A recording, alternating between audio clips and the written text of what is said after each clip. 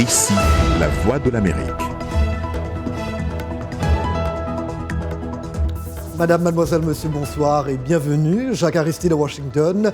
Ravi de vous retrouver dans Le Monde aujourd'hui en cette fin de semaine, à la une de l'actualité ce soir. Libération de 4 otages par l'armée française lors d'une opération menée au Burkina Faso, mais l'intervention a coûté la vie à 2 militaires.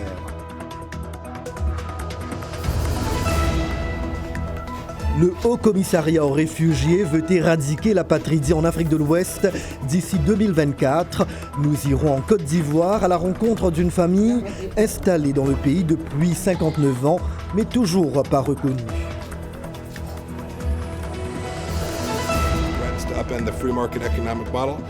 Reprise des négociations commerciales entre Washington et Pékin malgré l'entrée en vigueur de nouveaux tarifs douaniers américains sur des produits chinois.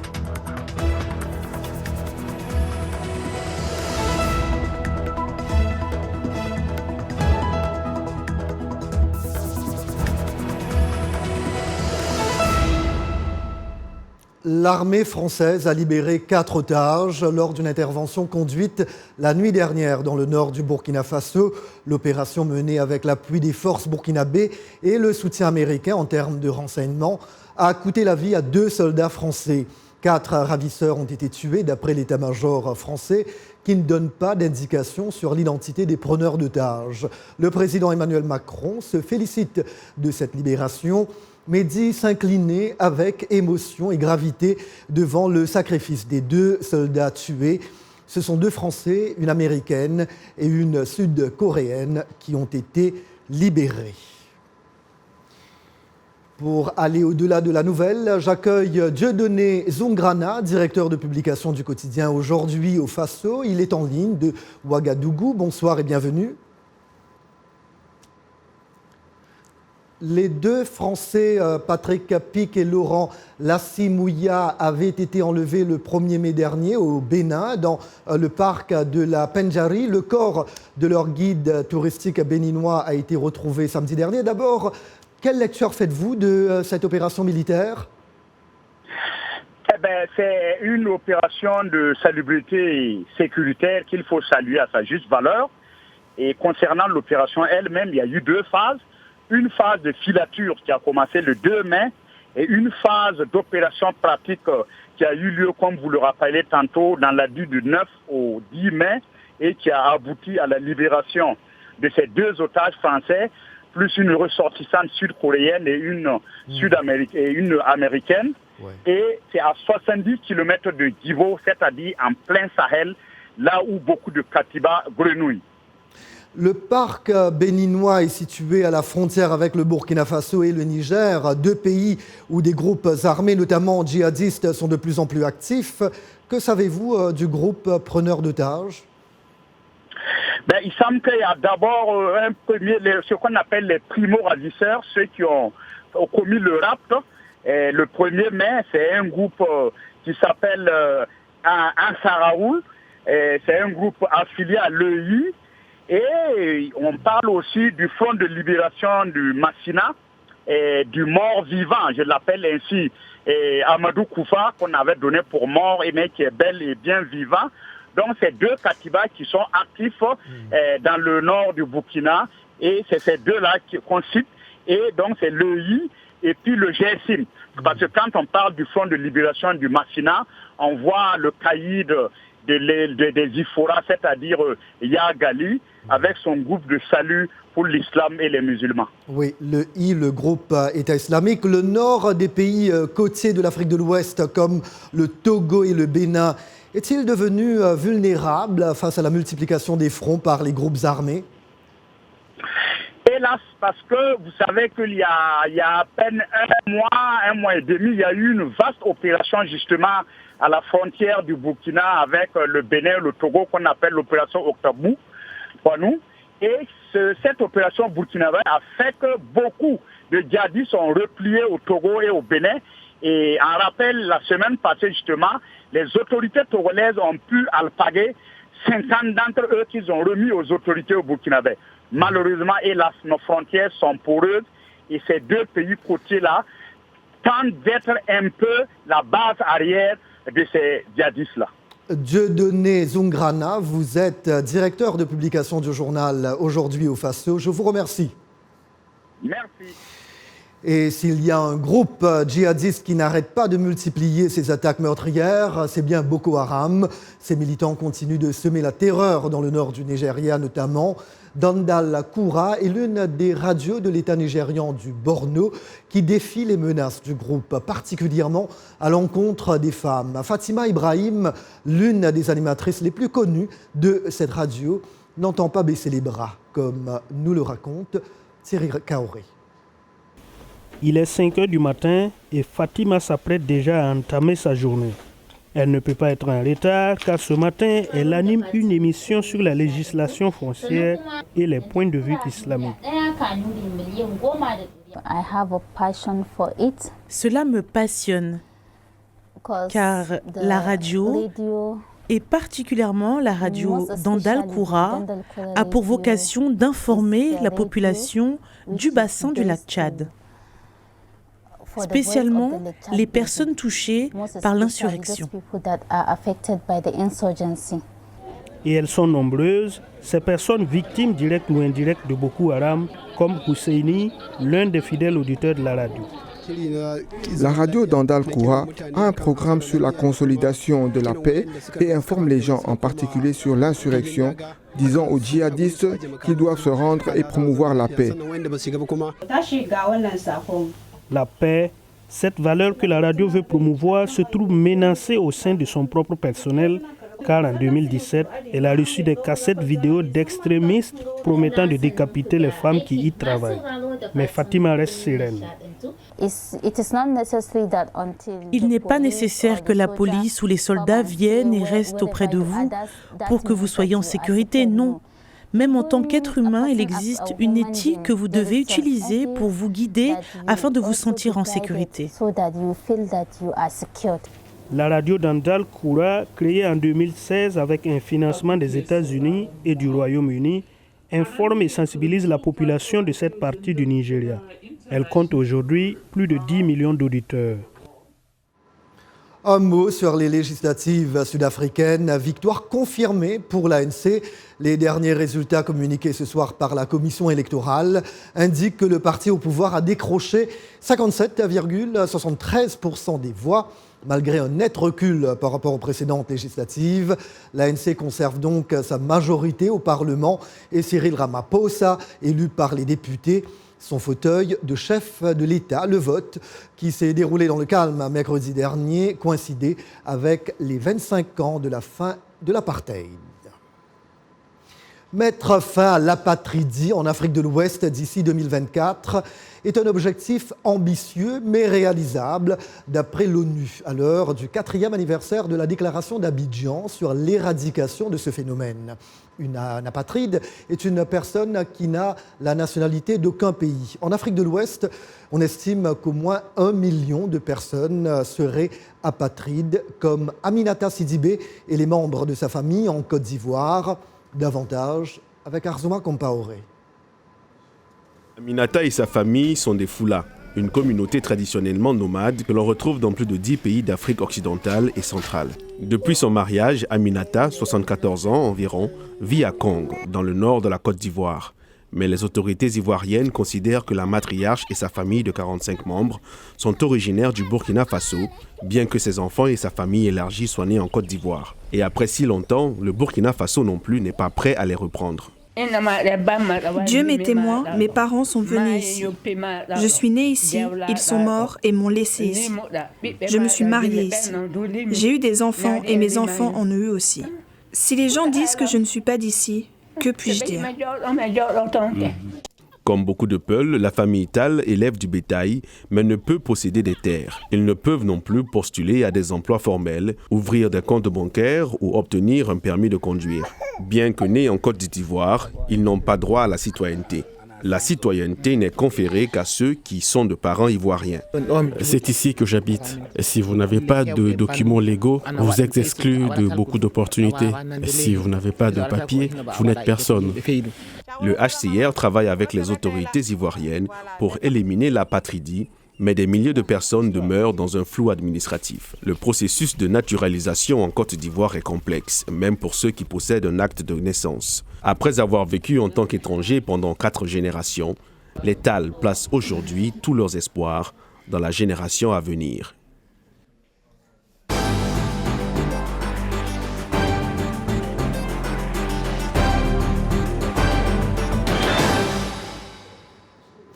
Les tractations commerciales entre les États-Unis et la Chine ont repris aujourd'hui ici à Washington pour tenter de trouver un accord afin de mettre fin à leur guerre commerciale. Ces pourparlers ont tout de même été éclipsés par des droits de douane renforcés sur les biens chinois. Didi Diko revient sur les développements de ces derniers jours.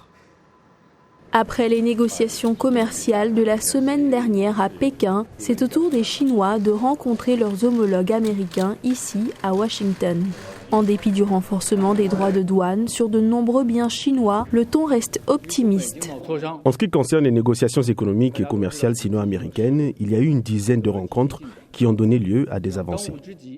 Dimanche, le président Trump avait tweeté qu'il augmenterait les taxes à l'importation de 10 à 25% sur des produits chinois représentant un marché de 200 milliards de dollars. Washington avait déjà instauré une taxe de 25% sur des importations représentant 50 milliards de dollars. Pékin avait fait de même en imposant des pénalités sur 110 milliards de dollars de marchandises américaines. Selon David Dollard, les répliques du président Trump attestent de sa frustration face à la lenteur des négociations. Je pense que le président est un peu frustré par le temps que cela prend pour obtenir un accord. Il essaie d'obtenir le meilleur accord possible et je pense aussi qu'il agit de la sorte pour satisfaire son électorat. Il veut montrer qu'il ne flanche pas face à la Chine. Donc s'il y a un accord cette semaine, il pourra alors dire qu'il a obtenu le meilleur accord possible. Parvenir à un accord pour une sortie de crise rapide est d'une importance cruciale pour les deux puissances, en particulier les États-Unis, qui ont besoin du soutien de la Chine sur des dossiers internationaux, notamment les relations avec la Corée du Nord et l'Iran. Également dans l'actualité, la Corée du Nord indique ce vendredi avoir procédé à un essai de frappe à longue portée, ce qui fait encore monter d'un cran la tension avec les États-Unis au lendemain de la saisie par la justice américaine d'un cargo nord-coréen accusé d'avoir violé les sanctions internationales. Avec 2 tirs de missiles en moins d'une semaine, Pyongyang joue, d'après les analystes, un jeu aussi subtil que dangereux en tentant d'augmenter la pression sur Washington, sans pour autant faire capoter le processus diplomatique, tout en se réservant la possibilité d'une escalade. Pyongyang a lancé 2 missiles de courte portée hier, après des exercices similaires samedi dernier. Il s'agit d'une première depuis 1 an et demi, période au cours de laquelle la péninsule a été le théâtre d'une remarquable détente marquée par l'amorce de pourparlers sur les programmes nucléaires et balistiques du Nord. Quelques 180 000 musulmans se sont rassemblés ce vendredi sur l'esplanade des mosquées à Jérusalem-Est pour la première grande prière hebdomadaire depuis le début du mois de jeûne du Ramadan. Le chiffre fourni est nettement plus élevé que celui des 120 000 fidèles présents pour la même prière l'an dernier. Les fidèles ont pu se rassembler sur l'esplanade où se trouve la mosquée Al-Aqsa, malgré les checkpoints et l'importante présence des forces de sécurité israéliennes, d'après la fondation qui gère le site. Un porte-parole du gouvernement israélien a publié sur Twitter des photos de la prière pour louer la liberté de culte respectée, d'après lui, par les autorités israéliennes et les efforts déployés pour favoriser la présence des fidèles. Vous regardez Le Monde aujourd'hui en direct de Washington sur VOA Afrique.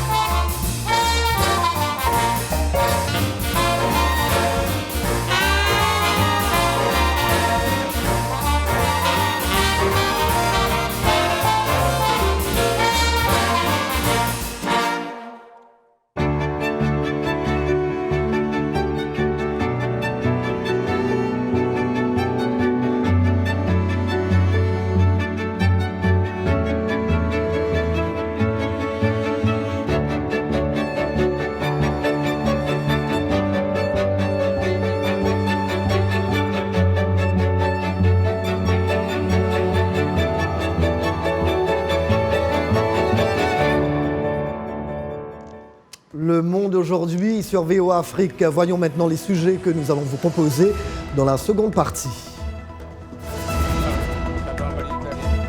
Bobi Wine, le rappeur député qui agite la scène politique en Ouganda, toujours dans le collimateur, c'est sa musique qui fait maintenant l'objet de contrôle de la part du gouvernement.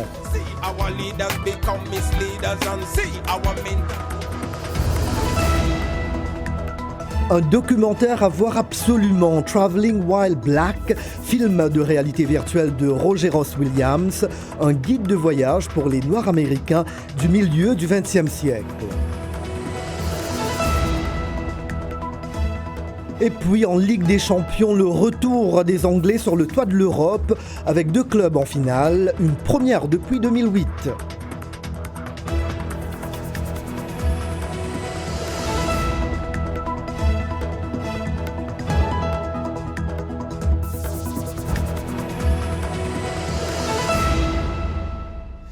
C'est vendredi et c'est l'heure de Culture Hebdo, un rendez-vous hebdomadaire avec Roger Muntu. Bonsoir, cher ami, comment allez-vous? Bonsoir, Jacques, ça va très bien. Quand je te vois, je suis content. Ah ben, moi aussi, oui, c'est le week-end. C'est le week-end, absolument.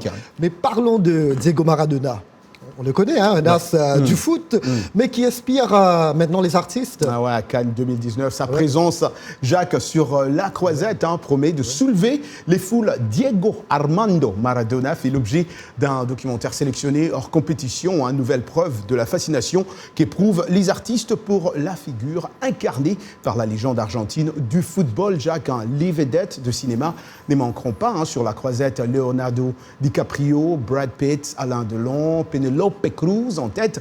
Les rockstars seront également au rendez-vous comme Elton John, Bono ou Iggy Pop. Mais aucun, Jacques, d'entre eux n'est plus connu que Maradona, devenu une idole planétaire en 1986 en remportant le mondial avec l'Argentine grâce à son pied gauche magique et un but de la main que d'ailleurs notre collègue Henri-Francis voulait que je puisse rappeler, qui reste fameux ce but, un héros moderne dont la grandeur, son génie élevant le football au rang d'art et la décadence marquée par la tricherie, on se souviendra bien sûr, la drogue et le flirt avec la mort n'ont jamais cessé de retenir le souffle de millions de fans à travers le monde. C'est Diego, alors le bad boy, plus que Maradona, Jacques, qui a justement intéressé le réalisateur Assi Capadia, qui compte ainsi clore une trilogie entamée avec Senna sur le pilote brésilien de Formule 1, mort à 34 ans d'un accident de course, et poursuivi avec Amy, Jacques, que tu connais très bien, qui retrace la vie de la chanteuse Amy Winehouse jusqu'à son décès à l'âge de 27 ans. Voilà. L'artiste centrafricaine Princesse Léonie Kangala dans nos murs. Oui, exactement, Jacques. Cet artiste qui arrive à Paris en 1980 pour poursuivre sa carrière musicale. Elle fait beaucoup de scènes et accompagne des musiciens au studio avant de sortir son premier album en 1991 intitulé Sengue Sengue et le second en 1996 Mama Kété. Les 2 disques très appréciés permettent à la chanteuse de sortir du chemin battu avec un mélange de plusieurs styles funk, soul, salsa, rumba, folklore centrafricain. Bête de scène, en tout cas, cet artiste fait penser, tu verras bien, Jacques, à Tina Turner. Elle a été notre invitée cette semaine dans RM Show. Elle nous parle de son voyage ici à Washington.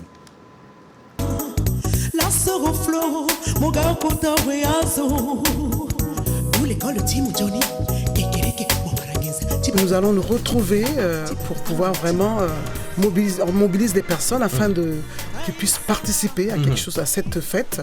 On est là pour aider, pour pouvoir faire de telle sorte que les Centrafricains d'ici et d'ailleurs qui vont être là, ils vont vraiment essayer de participer, de donner quelque chose pour la famille, les personnes, les mamans, les enfants abandonnés, veufs ou orphelins de la Centrafrique. Et tout de suite, Jacques, place à notre agenda culturel.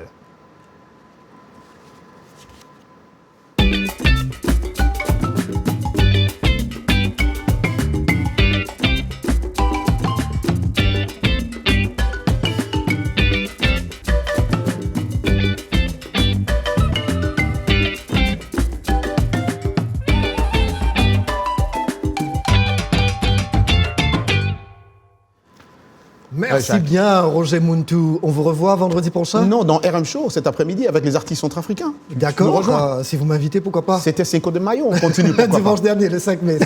C'est ça, il faut bien traduire. Hein? Exactement. Bon, merci, bon week-end, Jacques. Merci, bon week-end à vous aussi. Merci. Mais n'allez nulle part ailleurs. Cam maintenant sur l'Ouganda où Robert Kyagulanyi, le chanteur et parlementaire plus connu sous le nom de Bobi Wine, s'est engagé à continuer d'utiliser la musique pour dénoncer ce qu'il appelle les abus de pouvoir du chef de l'État Yoweri Museveni. Mais la musique du rappeur fait désormais l'objet d'un contrôle rigoureux de la part des autorités, comme l'indique Halima Atoumani dans ce reportage que nous relate Irénée Herman Ungbu.